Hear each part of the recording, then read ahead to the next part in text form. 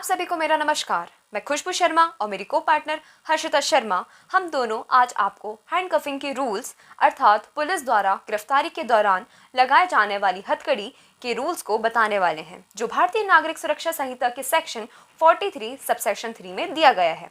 परंतु इस sub section को समझने से पहले हमें ये समझना होगा कि सेक्शन 43 क्या बोलता है। गिरफ्तारी करने वाले अधिकारी को व्यक्ति को शारीरिक रूप से छूना या हिरासत में लेना होगा, जब तक कि वह व्यक्ति स्वेच्छा से मौखिक या कृत्य द्वारा आत्मसमर्पण ना करे।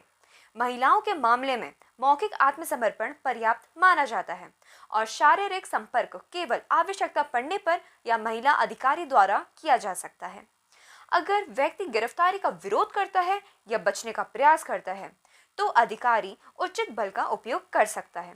आइए अब समझते हैं सेक्शन 43 सबसेक्शन 3 क्या कहता है। सेक्शन 43 सबसेक्शन 3 हमें ये बताता है कि एक पुलिस अधिकारी अपराध की प्रकृति और गंभीरता को ध्यान में रखते हुए किसी व्यक्ति को गिरफ्तार करते समय या ऐसे व्यक्ति को अदालत में पेश करते समय हथकड़ी का उपयोग कर सकता है जो आदतन अपराधी है या जो हिरासत से भाग गया है या जिसने संगठित अपराध, आतंकवादी कृत्य, नशीली दवाओं से संबंधित अपराध या हथियारों या गोला बारूद के अवैध कब्जा, हत्या, बलात्कार, एसिड अटैक, सिक्कों और आदि जैसे अपराधों को कारित किया है। सेक्शन 43 सबसेक्शन 3 हमें यह भी बोलता है कि ये उपधारा पुलिस अधिकारियों को उन व्यक्तियों को हथकड़ी लगाने का अधिकार देती है जो विशिष्ट प्रकार के अपराधों में शामिल है या जिनके भागने का खतरा बहुत अधिक है।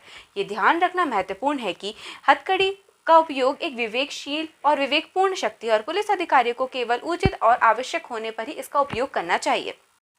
इस उपधारा से संबंधित कुछ लैंडमार्क जजमेंट्स इस प्रकार हैं कि पहला जजमेंट है प्रेम शंकर शुक्ला वर्सेस दिल्ली एडमिनिस्ट्रेशन। इस मामले में सुप्रीम कोर्ट ने ये माना कि हथकड़ी का उपयोग केवल असाधारण परिस्थितियों में किया जाना चाहिए, जब भागने का खतरा हो या आरोपी हिंसक हो। इसके बाद दूसरा जजमेंट इस प्रकार है कि D K Basu versus state of West Bengal. इस मामले में सुप्रीम कोर्ट ने गिरफ्तारियों के दौरान पुलिस अधिकारियों द्वारा पालन किए जाने वाले दिशा निर्देशों का सेट जारी किया था। इसमें यह भी लिखा था कि अधिकारियों को हथकड़ी का उपयोग करने का कारण भी रिकॉर्ड करना चाहिए। अगर कोई पुलिस अधिकारी इस उपधारा का प्रयोग सही तरीके से नहीं करता तो सुप्रीम कोर्ट ने यह भी बोला है कि वो जिस व्यक्ति को गिरफ्तार किया जा रहा है हथकड़ियां लगाकर आर्टिकल 21 का वायलेशन है। सुप्रीम कोर्ट एवं अन्य हाई कोर्ट ने भी बोला है कि अगर पुलिस अधिकारी हथकड़ियों से जुड़े दिशा निर्देशों का पालन नहीं करता तो उस पर फाइन भी इम्पोज किया जा सकता है।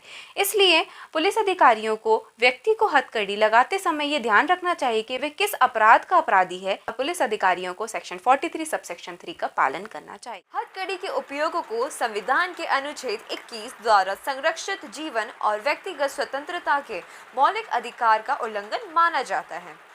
पुलिस अधिकारियों और न्यायिक प्रणाली द्वारा हथकड़ी का मनमाना और अनुचित उपयोग मानव अधिकारों और गरिमा की खुली अनदेखी करता है।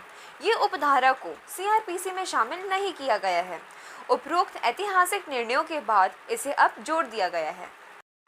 कर्नाटक उच्च न्यायालय ने सुप्रीत ईश्वर वर्सेस स्टेट ऑफ कर्नाटका में यह निर्णय दिया कि प्रतिवादी द्वारा याचिकाकर्ता को हथकड़ी लगाना माननीय सर्वोच्च न्यायालय द्वारा स्थापित कानून के विपरीत था। न्यायालय ने याचिकाकर्ता को प्रतिवादी के द्वारा राशि 2 लाख का मुआवजा प्रदान किया। इसी प्रकार गुवाहाटी उच्च न्यायालय ने भी याचिकाकर्ता को 5 लाख रुपए की राशि मुआवजा प्रदान किया जो प्रतिवादी द्वारा देय था और प्रतिवादी द्वारा याचिकाकर्ता को हथकड़ी लगाने को सर्वोच्च न्यायालय द्वारा स्थापित कानून के विपरीत माना।